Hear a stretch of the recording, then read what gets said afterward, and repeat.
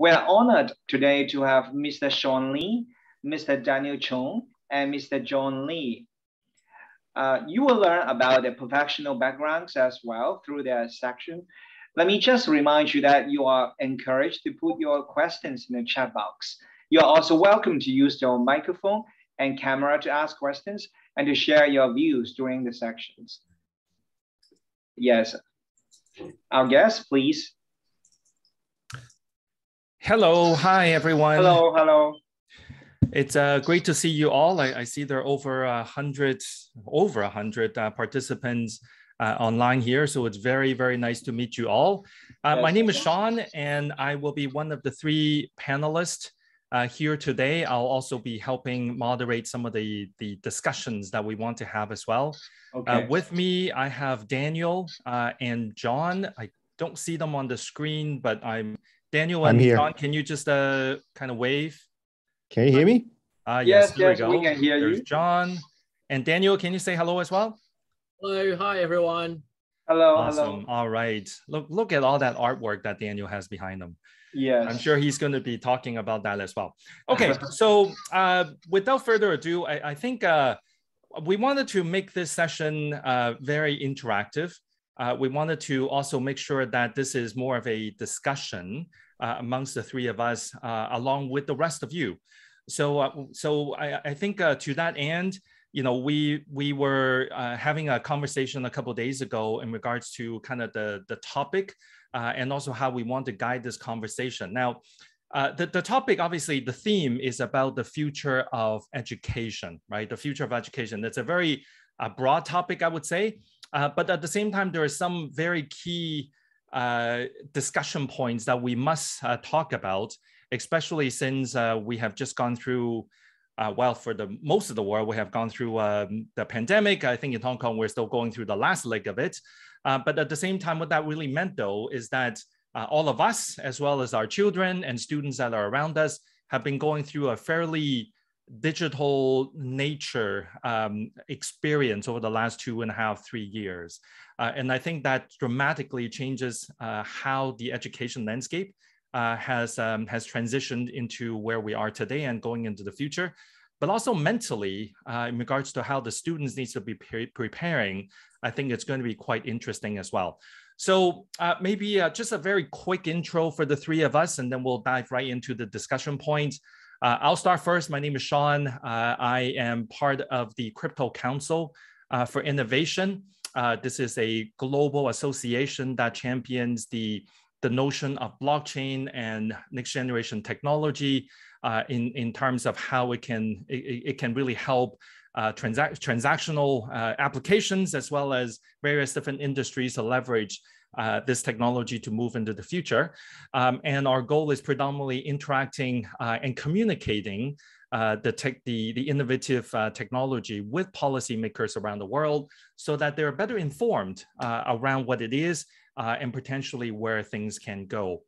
I also have a number of advisory and co-founding roles within the startup community. I can talk about that in a bit. But next, I'll bring on Daniel. Daniel, can you introduce yourself, please? Thank you, Sean. Thank you, John, and of course the DI for organizing this wonderful event. My name is Daniel. So I've been the founder of Art Group Limited, and formerly I was actually the CEO at Remote Tech Technology Limited. I also contribute a lot to different trade associations like Smart City Consortium, Electronics and Technology Association of Hong Kong.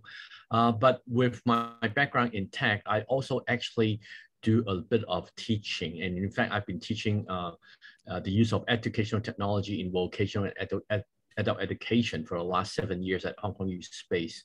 So I'm kind of a industry member, but also have a bit of a academic teaching in this kind of space. Thank you. Thank you, Daniel. John? Yeah, I'm John. Currently, I'm at Standard Chartered Bank. I'm not going to, elaborate because you see it every day on the street. So obviously, a very large global bank. My role is in human resources. My career in the last 15, 20 years has always been around human resources, with a focus on things like performance, benefits, and rewards, touching on well-being. And obviously, within human resources, there's a lot of aspect, both in terms of learning for new joiners or learning for people currently in the bank. We've been blessed with many different opportunities in other organizations such as JP Morgan, BlackRock, and also previously involved in a human resources startup from a technology perspective, just to go along with the theme of Sean and Daniel in terms of touching on things that are a bit smaller than a large corporate. I'm also a dad of two. My elder one is a 10-year-old girl. My younger one is a 4-year-old boy. So I think touching on the point that Sean mentioned, over the last couple of years, this whole digital learning and how my kids have kind of, evolved around that. And my emotion evolved around that as well over the last couple of years. That has a great impact. So looking forward to this discussion, and very delighted and ecstatic about all the discussions going to happen shortly. Great, thank you, John. So before we jump into the topic, I'd like to bring to the audience attention that there are two commonalities between the three of us. The first thing is we're all fathers, we all have children, and they're all going through this digital age as we're speaking, and we can see it every day. So that's the first thing. And the second thing is the three of us also happen to be Canadians as well. So we actually, our families and ourselves have lived a number of years abroad. And then obviously the three of us are here in Hong Kong at the moment. So we bring both kind of the international Western point of view, but also a very Asian Hong Kong point of view as well. So I'm sure we're going to be sharing a number of those things in this discussion. So I'm going to kick off with the student aspect or the kids aspect, right? I think for quite a while now we've been hearing and using this term called digital native, right? And we've been seeing it probably for the last 15, 20 years now. And I think it's really over the last maybe 2, 3, or maybe even 5 years, it is really where this term really come into place, right? We used to use it as more of a future-looking kind of generation, but the generation right now are really the digital native. And I would say, I mean, my 6-year-old, I think she knows how to use the iPad and the internet in times even better than I can, which is quite surprising because I've got 25 years in technology, right? So it's a very interesting paradigm that we're going through. I mean, Daniel and John, can you talk a bit about kind of your observation, just starting with your children first, and maybe the students around you or a younger professional around you as well? Thank you. Well, I'll start first, John, if you don't mind. Like, I have my older daughter is actually at UBC right now, and she actually has gone through a lot of stages, because I think initially when she was in grade school, she actually still used a lot of pen and paper, drawing, and then now everything she moves on to is using iPad to do her, what do you call it, calligraphy kind of type of creative, writing and all that. So absolutely, I see the change as a father, that we have to kind of give her that kind of learning environment to be creative. That before, we bring her to classes, but now, we have to give her that kind of tools, educational tools, to enable them to learn faster, for example. Yeah, I mean, to echo Daniel's point, I mentioned I have my older daughter and my younger son, a 4-year-old. I think over the last 2 years, if anything, I think the digitalization of learning has accelerated, right? It's almost kind of like the perfect storm. I mean, I'm more of the traditional, my wife and I are more of the traditionalists, where let's learn through books before this whole COVID thing. Let's minimize the screen time. Let's not look at the computer all the time because it's bad for your eyes. But then I think over the last 2.5 years, it kind of left with no choice. Either, you from the most day-to-day, from the most fundamental day-to-day schooling to even some of the things that I never thought would be online, turn out to be online. To my favorite story is my daughter, who is an avid swimmer. She started doing land training online, right, with her coach. I mean, who would have thought that?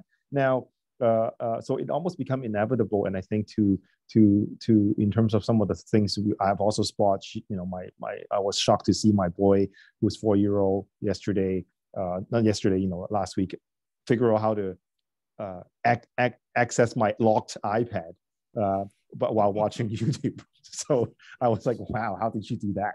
So I think overall the opportunity is definitely there. And I think one of my I keep thinking is the opportunity is there. I think is less for us to fight back rather than to embrace this opportunity. But really, I think there is far from being effective yet. I think the challenge of, I think among us, between Daniel, Sean, myself, and I'm sure everyone here in different locations, different age, they probably embrace this technology differently. Like, for example, like myself, who is, mid-age man learning, doing work and also learning through work or learning outside of work. I get to now after a while in terms of, whether it's Zoom or some stuff, just because the sheer volume of it, while my kids are still kind of loving it in terms of all the YouTube they're watching, that kind of learning. So where's the opportunity? Where's things that can improve? I think definitely would be something that we, not only in this next 30 minutes or 40 minutes, but something that we have to kind of monitor over the next many years. So what I'm hearing from both of you is that there is a mental shift, both in terms of the children, in terms of, this is natively how they work now, how they study, how they search. The notion, like I have to physically bring my daughter to the library just to show her this is the library, this is where books are, right?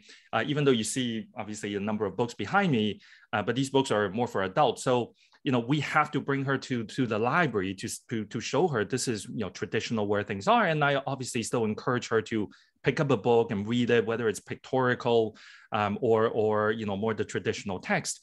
But the mental shift has very, very much changed. And that also in relation to the, I don't want to say the elderly, but the parents, the educators that are from maybe the past generation, that mentally we also have to change that as well, right?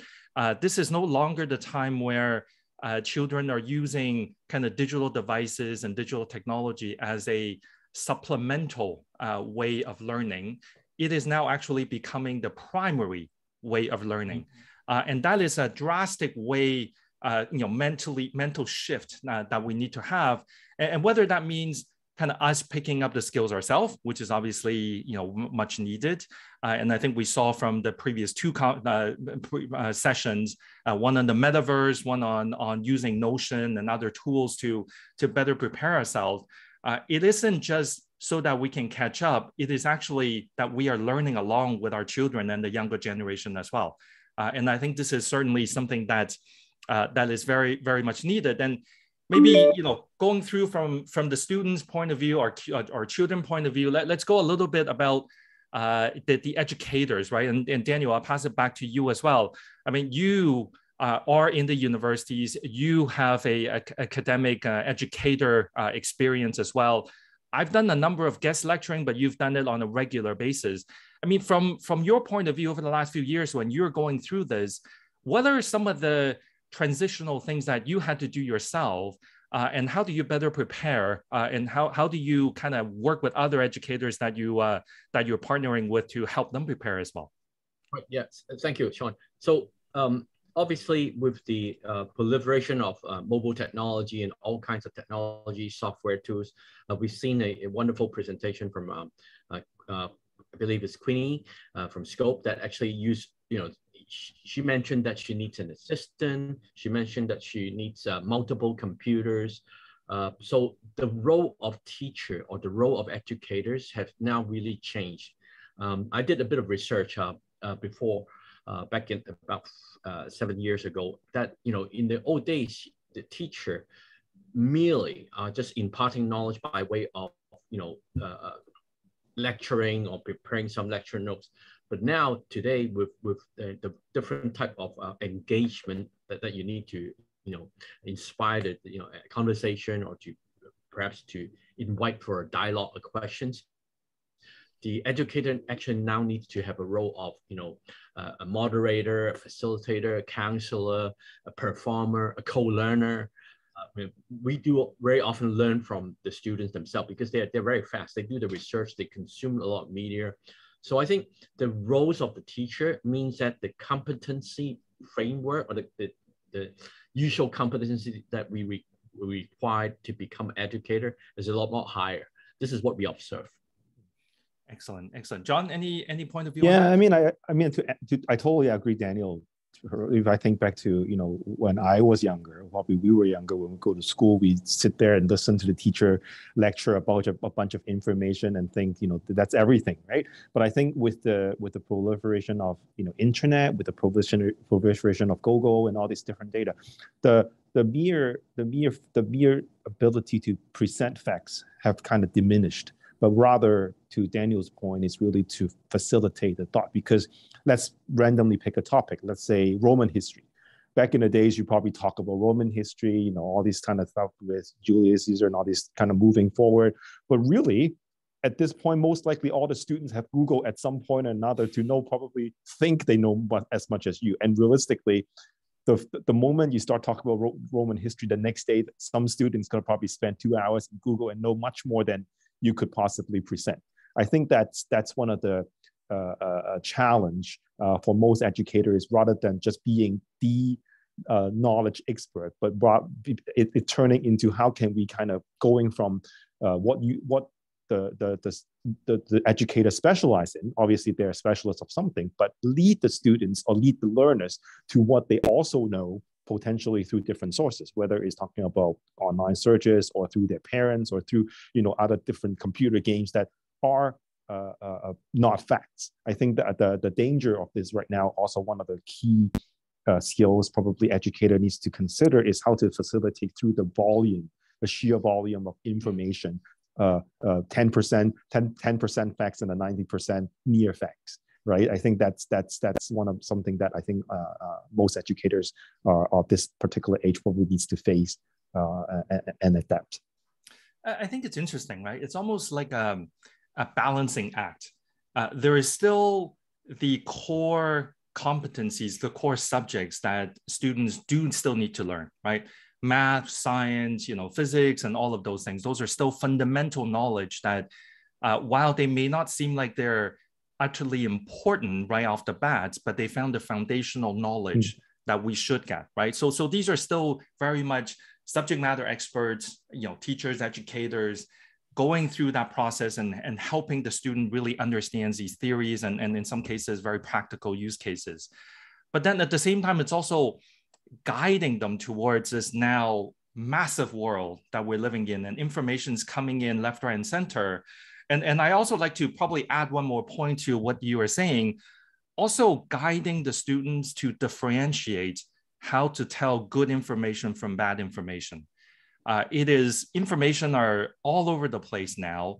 And how do you actually still have a more neutral point of view, because you need to see both sides, especially the younger generation, they may not see that. They see one side and they lean very heavy into it or the other way. And how do you guide them without directing them, without telling them what they need to be saying, need to be thinking? That's not an easy thing to do. That's a balancing act that I think us as parents are struggling sometimes. And I'm sure educators that are looking at students all day long are probably struggling as well. True. This is definitely the case, Sean. I think being impartial is very, very important, but staying neutral, but showing both sides of the argument, let them develop that kind of soft thinking, critical thinking skills, and that's very important too. Yeah. So I mean, we're both. I know this is an industry panel, so I wanted to kind of add an element of kind of the industry aspect here as well. Daniel, you and I are both on the technology side, so maybe we'll play a slightly different role, even though we're in the same industry, right? I know you have spent a lot more time working with Hong Kong organizations, associations, students, and universities. So maybe you can focus a little bit there. I'll focus a little bit more on the international engagements that I have. And then John, you don't have a choice because you're from financial services. So you're going to have to cover it from that perspective. So we'll go at it from that side. Maybe John, I'll start with you this time. What are some of the observations? I mean, at the end of the day, children go through education, or students go through education, one, so that they can learn and they can have those fundamental skills and knowledge in their head. But also, one very immediate goal obviously so that when they graduate, they're able to select the industry, the career that they want to go into, and then have the right preparations in order to go through that. And I think, as we all know, industries across the board, doesn't matter whether it's healthcare or legal or financial services, they've all got a very heavy technology element to it now. So maybe, John, not only are you from banking, you're also from the human resources organization. So maybe you can talk a little bit about how you are looking at from a recruitment perspective, from a talent development perspective, and how students and in relation educators can help better prepare them to go into, for example, financial services. Yeah. So thanks. I think why don't I start with it's a very broad subject in terms of education. In particular, when you think of a bank, often you think about bankers or whatnot. But in reality, if I'm thinking about the education within the bank, we have different areas. We have people doing banking. We have doing people like myself doing human resources, and doing then there's the lawyers, the finances. So it's actually a very broad base of people. And then it's also come with different education background, whether we are talking about, from local university to global colleges without a high education in MBA or something. So it's actually very broad. So I think if I think about back in the days when I first started, which depending on the audience here, some of them may not be even born or still in kindergarten. I think it's very basic. You attend orientation, you attend physical learning class, you sit in the school, and you probably do during the job interviews. You already know a lot of the knowledges, how to solve a model, how to create a financial forecasting or that kind of stuff, which is critical skills. Don't get me wrong. Even today, no matter what jobs you're looking at, if you need to do a financial model, and you still need to do financial model. But back in the days, you probably need to remember all the formulas and how to punch that, create all these different spreadsheets and modeling. But now, I think in terms of to the question you posed in terms of interviewers, for example, they don't necessarily look at that. Yes, it's still important to know how to run a Black-Scholes model or how to do a Monte Carlo simulation. The fact is, these things are there. The bank already have all these stuff built in, or even any organization. Or if not, you can easily go on Google or whatever search engine. You can easily find a basic model done within 5 minutes. Now the skills becomes, and I guess the interpretation or the identification of what the candidate or the students is good at is the problem solving skills, the ability to apply the application of the knowledge becomes so much more important rather than knowing the knowledge, because everyone can access the same model, right? And everyone can plug the same numbers, but how do you interpret all the informations out there on a daily basis into the model becomes so much more important. And then just to kind of one final point that went before I pass to Daniel, I think internally the appetite to learn also evolved.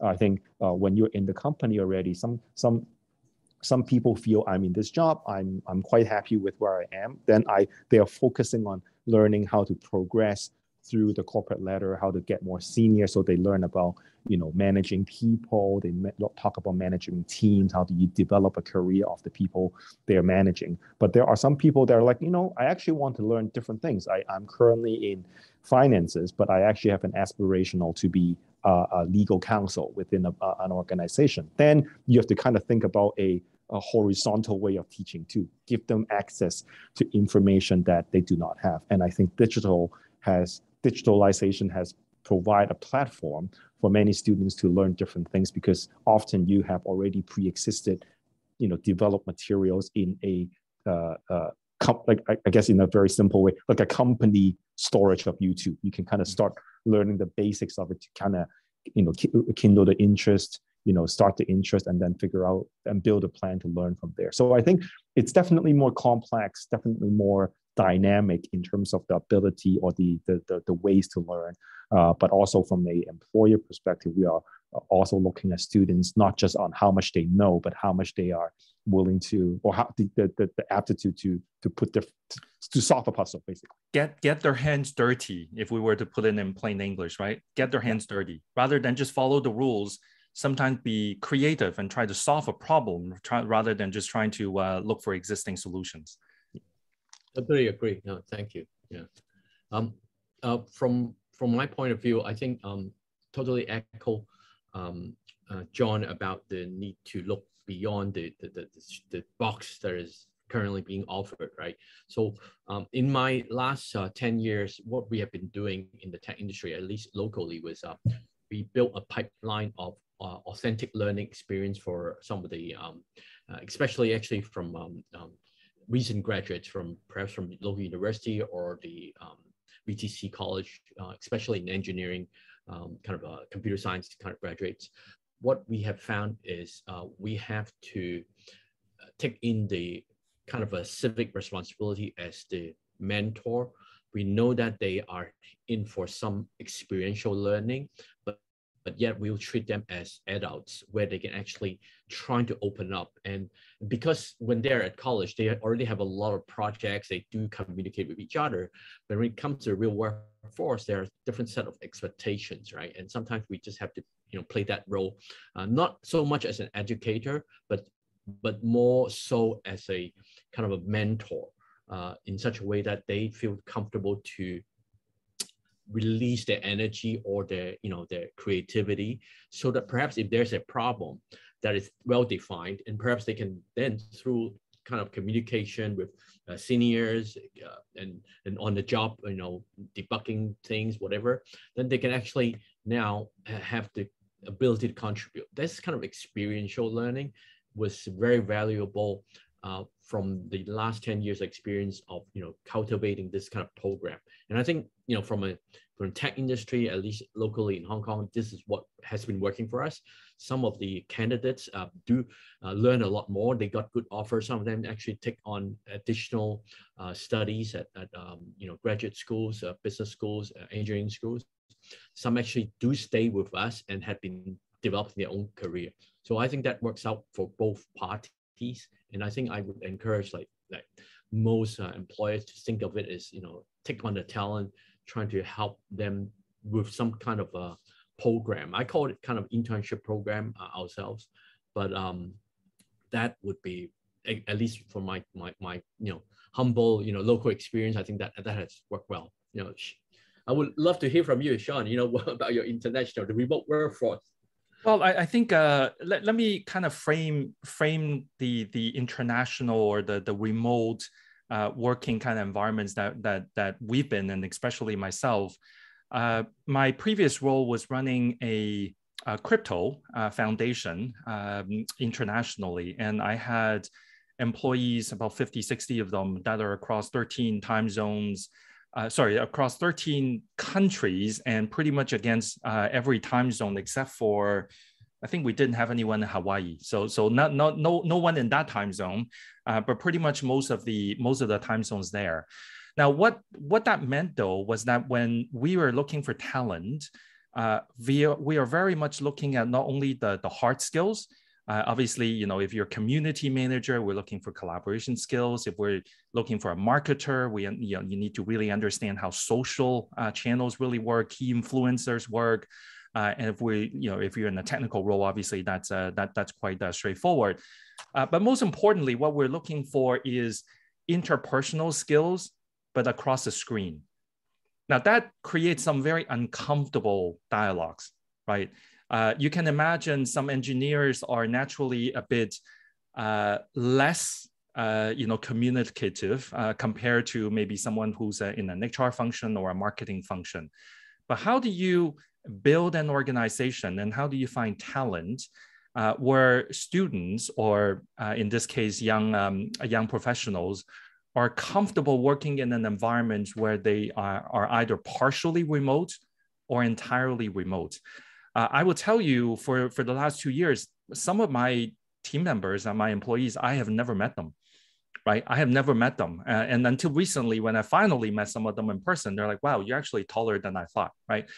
Because we're almost always kind of restricted in this frame that you see in front of us right now. So I think this notion that everybody understands digital is important, but digital now is part of our lives including in a working environment. And I'm sure, John, I mean, even within the bank, right? I am sure the banks are not saying, okay, everybody come back to the office 5 days a week, all of that. I think there's a lot more flexibility in that regard now, whether it's tech industry or, I mean, there's some industry, obviously you got to be there, right? But I think many of them do allow for that. And this goes into, so how do you prepare young professionals to work in that environment, right? How do you prepare for them? Because all of us live in societies, we're in communities, and we're always interacting with each other in person. But how do you really transition into that? And as an educator, how do you prepare the students in that regard?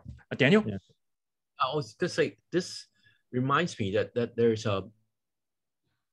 always this keyword is about intercultural understanding, or right? Now, in your case, 13 time zones. I can imagine like you had to be a very worldly person or some sort, right? To really be able to adapt to different cultures and speak the right language or etiquette, perhaps. It's appreciation, actually. I would never say understanding, because understanding is a very strong word. We like to think we understand a certain topic, but very often we don't understand, right? Because we don't have the full 360 view. So I would actually say it's more appreciations, more empathy about what different cultural, workers, colleagues, team members, fellow students really bring. And then so that you can truly understand or hope to understand more in regards to what each other are bringing. So I think the notion that we all understand the hard skills that still needs to go into there, but the soft skill becomes quite important. And I mean, I see a couple of the questions in the chat windows here. I think from peers. How can we let our kids or students explore the digital learning platforms, take up the role of a leader and innovator? It's much more the soft skill that will enable one to be a leader, to be an innovator, rather than hard skill, right? Yeah. You have to have that creative mindset. You have to have that mindset where, failure is just going to lead you to the next success, hopefully, right? But it may still be another failure. I mean, I'm in a startup. Daniel, you've been in the tech startup scene as well. You're still in one. So, for us, failure isn't really a failure. It's just a hurdle that we have to go one after another. So I think this notion of problem solving, this notion of creativity, this notion of appreciation, it's important. I mean, Daniel, I don't know if you've interacted with the companies like Google and Facebook before. If you've gone through their interview process, you really realize why these companies have been so successful. Because throughout many rounds of interviews, they don't really test you on hard skill. I think there's one round. The first round is probably around your hard skill, like what you know. All of the other rounds are around testing you on leadership, testing you on problem solving, testing you on creativity, testing you on cultural fit.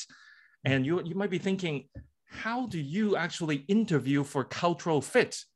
Well, there's a book for it, right? And it's quite interesting. I mean, John, you've probably seen something similar in your industry as well. Yeah, I mean, I think you touched on the point about empathy, right? I think the challenge right now, I think not just youngster. I hate to kind of categorize youngster, but I think that kind of leads to my point, is that we overgeneralize things. We think, because that's how opinions are being swayed through internet in some ways. Unfortunately, with social media, that's how the double-edged sword, the amazing thing, many amazing things that social media does. All of us fall into the trap of things getting generalized. Like Americans has to be this, Chinese has to be this, Catholics have to be this. But it's not. I think if I look around this audience here with hundreds of people from many different countries, we probably have some commonalities, and we also have different things, despite wherever we are.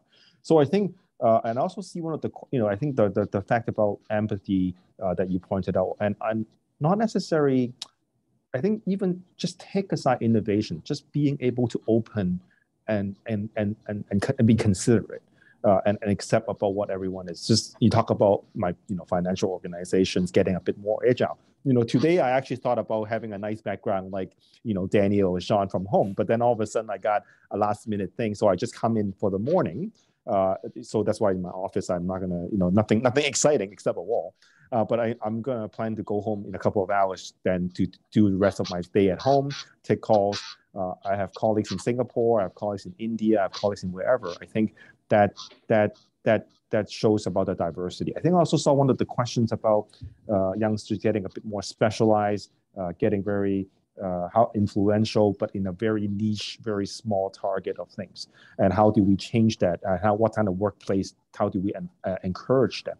I think there's nothing wrong. I think it's great for people to be able to specialize in one thing. That's how we all succeed. Einstein probably specialized, I don't know, in many physics stuff. There's nothing wrong with that.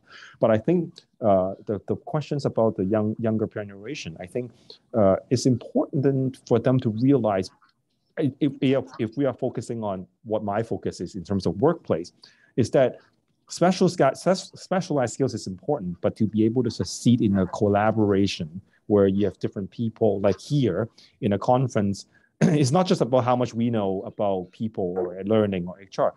There's people organizing it. There's people setting up the technology. And how can one work and collaborate and kind of learn from everybody, like from and be able to carry out a successful project. Specialized skills allow you to do one thing and one thing well, but to do a big matter, a big task well, the ability to try to gain the knowledge, in particular to the point about human side of things, on working with others, how to consider opinions, how to piece things together. You talk about Google a lot or Facebook a lot.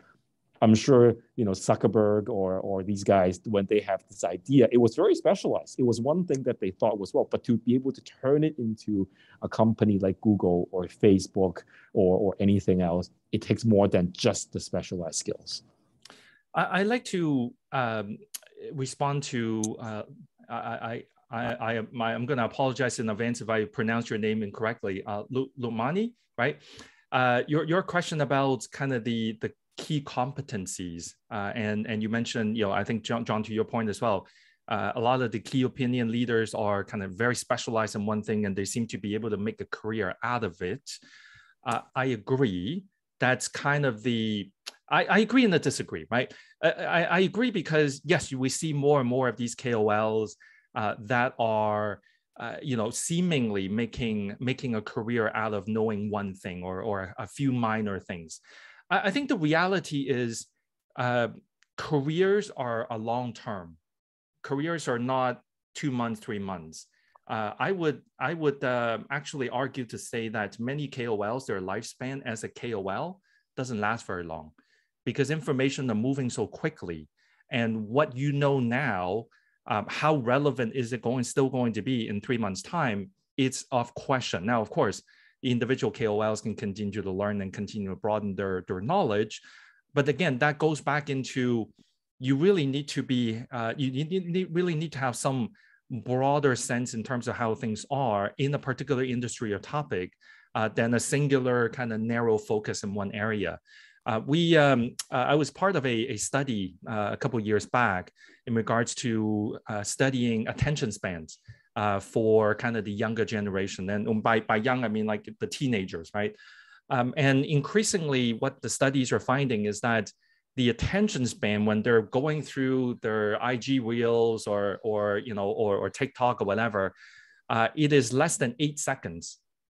Less than 8 seconds. I mean, this is one of the reasons why we went from very long videos to very short kind of pictorial things, and then now pictures and video all combined together, because advertisers are trying to capture somebody's attention within 8 seconds, and they need to jam as much as they can inside of it. So if the attention span of the younger generation is basically less than 8 seconds, then as a KOL, there's only so far you can go. How much can you realistically jam in there unless you make yourself broader knowledge, broader in terms of your coverage, so that you have a sustainable, I'll call it business model, but audience, right? Sustainable audience, so that they'll continue to come back. So I would actually use that as a way to talk to your students and talk to the young generation around you, yes, you can see that effect of being very specialized in one thing and having that 5 minutes of fame. But how long is that 5 minutes realistically going to be?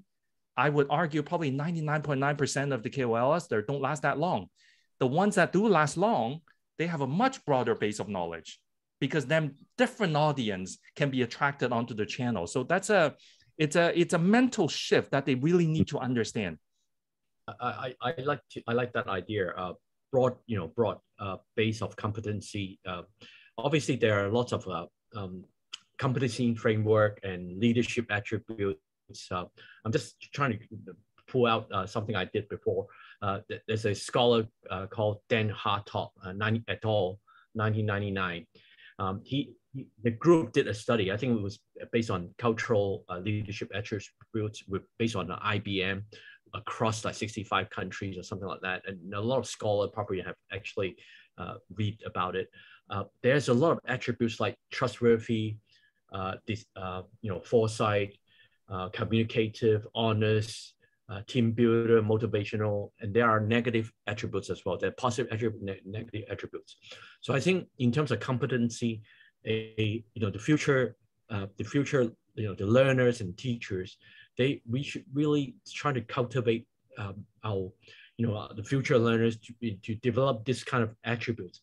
Not everyone's going to be on the same page for sure. Like I, for one, for example, I was very poor in critical thinking because I was very logical in terms of programming and all that. But when I had a chance to be interviewed by McKinsey very early on in my career, I failed terribly because I found out all my peers are so good in critical thinking that the minute that interview turned into like a sour experience for me, and I thought, oh my God, I really have to improvise and improve my own critical thinking. And this has been my journey for the last 30 years for me. So I think the notion of always in the learning mode because the youngsters, they are learning much faster because of the plethora of platforms and information media, right? They can accept things faster, of course. For us, we had been learning on the job and then try to pick up with playing catch up. But I think if they try to be a little bit more kind of stay humble, but trying to put in position in such a way that we don't always know everything, because there's a classic sentence say we don't know what we don't know, right? So if they stay humble, then that's already a winning factor to me as a candidate, because they are willing to learn, they're hungry to actually learn more, right? This is where I really appreciate the talent that have that kind of mentality. Right. So we're coming up to 1 p.m. I noticed Vivian has another question on the chat. So maybe let's respond to that one, and then if there's a few more questions that from the audience, we can certainly take that before we wrap up the chat. So Vivian, you're describing kind of the soft skills are much harder to acquire, right? Whereas a hard skill can, there are different platforms and knowledge tools that you can acquire, and that's so totally true. In my mind, hard skills are there's almost like a playbook, a rule book that says, okay, this is how you go A, B, C, D, and E, because it's been tried and tested, and there are tweaks that you can add to it, but it's more or less there. Soft skills are harder only not because it's harder, but it takes time. Soft skills takes time, right? Hard skills you can practice over and over and over and over and again. Soft skill takes time. I'll give you kind of maybe one example. I think maybe through the three of us talking, the audience here probably appreciate how much we emphasize interpersonal skills, communication skills, and also empathy and a lot of the psychological aspect as well. And these takes time. And you're right, Queenie. It takes life experience, right? And very often, younger generation may not have gone through that, right? So they have to acquire that in time. However, if you think about something as simple as communication skills, right? Communication skills, practice makes perfect, right? A few months ago here in Hong Kong, we had our schools were stopped because of we had our fifth wave, finally a big wave. So all the kids were in school. So a few parents and us kind of organized a rotational learning session, I guess.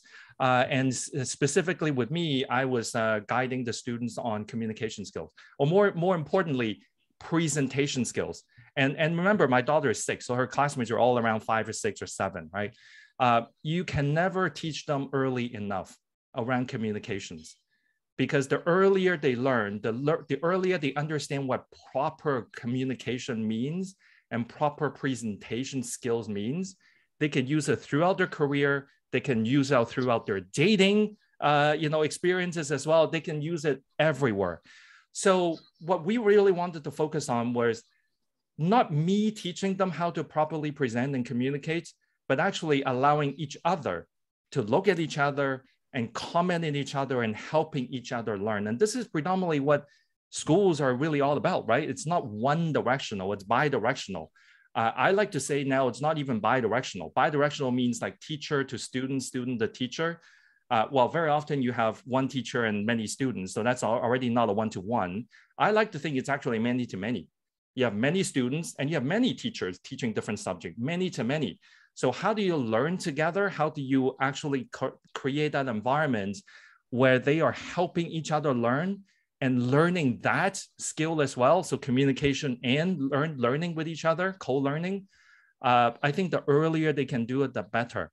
So that's just one example. I'm sure other soft skills are applicable as well. But I think the more of these that are in place, even communication skills, right? You can communicate through a screen and still let the other side feel like you have empathy in terms of where they are and you are standing in their shoe, helping them understand where things need to go. And if that feeling is mutual, you're already successful. So I don't know whether that's relevant or responding directly to your question, but I think that's something that's quite important for the younger generations to have. Yeah. Any other questions here? Humility is essential. I think we have addressed Lukmani. Yeah. So I just thought of it. Maybe I'll just add 1 minute of it. I think to add to Sean's point about communication, I think it's definitely important. I think it kind of echo to what we talk about being, the openness to kind of be understanding. But I think also one of the things that at least my kids or our kids seems to get a lot is like recognition, right? I think, they want instant gratification, but then in some ways, I don't know if it's a good thing or bad thing, but it feels like they are not attuned to, should I use the word failure or just different of opinion? And how can everyone respect everyone different of opinion without feeling offended? I think that's actually very challenging because there has been not just youngsters, but even at work, a lot of times just disagreement turns into unnecessary, wrong emotion, which when you have every different expert. So I think even with digitalization, it kind of enhance or even make this situation a bit more dramatic than or a bit more than before. So to be able to navigate through that is also something an important skill to learn. So we've gone 5 minutes over time. My apologies to the audience. Maybe now we'll pass it back to the host and see if there's any other last minute things that we need to discuss. Thank you all for your time. Thank you, Sean. Thank you. Thank you. Okay. Thank you so much, Sean, Daniel, and John. I learned a lot from you three. Yeah, it's very exciting. Okay, I think we can end this section here. This section is very exciting and also thought-provoking.